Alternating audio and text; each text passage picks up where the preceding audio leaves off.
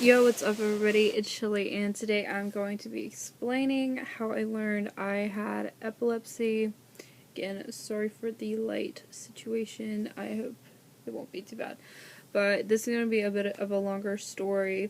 Again, I hope you stick around to hear all of it because my experience with epilepsy and the type of epilepsy that I have is a lot different than most people. So I started college back 3 or 4 years ago at Morehead State University, and I was put in a dorm with 3 other people who I didn't know.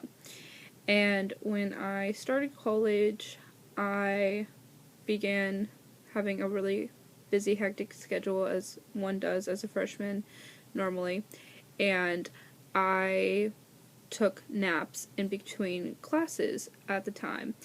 And during these naps, I would wake up and notice that I would have tongue biting.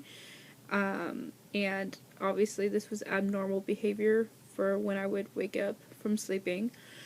And I was concerned, and I asked and told my mom, hey, this has been happening, and what should I do about it? And she just said, let me know if it ever happens again, to let her know, which I would.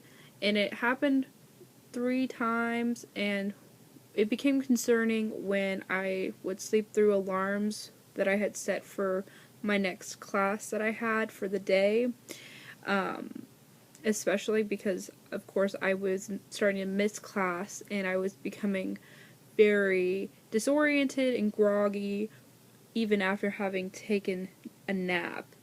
So, I was about 2 months into school at this point, and this is what I like to call my big mama, big whammy seizure.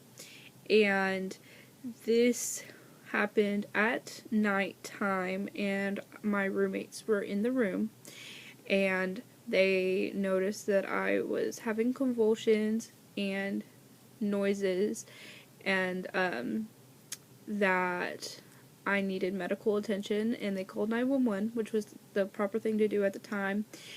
And I remember waking up, being conscious, and being on a stretcher and being taken to an ambulance. This was the first time that I had ever been taken to a hospital in this way before, and any time that I had been sought medical attention for this reason. So I was, again, very disoriented, but I'm somebody, when anything wrong happens, I want to be answering questions as well as I can. So they were asking what my name was, who my parents were, my phone number, who they could call, all those sorts of things, which I was answering to the best of my ability. And get to the hospital, and they say that it was a seizure. They asked some medical history, and I'm actually adopted, so we at the time did not know what my medical history is in the family, and I had to wait for my parents to get to Morehead because it's 2 hours away from home. So my parents traveled to get me, and then I traveled back 2 hours to home in Louisville.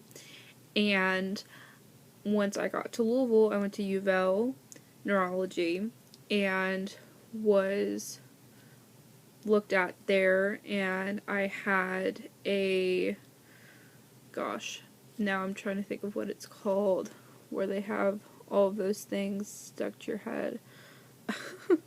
An EEG, yeah, sorry, an EEG. I had one of those just to make sure if any of my brain activity was abnormal at the time, which it wasn't because I wasn't actively having a seizure. And so that was like the big whammy seizure. And then I was put on medication afterwards. It was started on Keppra, and at the time I just couldn't swallow pills, so I was put on a liquid form of Keppra. And then I continued to have them every 3 months or so is when they would spike, but again, they would only be induced during sleep, which again, I'm very lucky that they would only happen during napping or sleeping, like nighttime sleeping. So it seemed to happen due to a very large lack of sleep or oversleeping. Like if I was having way too much sleep or like not enough. It's a weird balance, and again, it's so weird why it's happening at all. And yeah. So people have very large misconceptions that epilepsy is just the flashing lights, and it's not. I am a prime example of that, and I just want to push that myth aside, I guess, is the best way to say that. Debunk it, and say that I'm here, and some people have epilepsy and have seizures and they're standing and can go into one immediately, and nothing has to induce them. So this is like my reality, and some people's reality with epilepsy is completely different. So just to not assume is great with epilepsy and epilepsy awareness. So I think that's why I want to continue on with this series. So if you have questions, I would like to know in the comments section down below.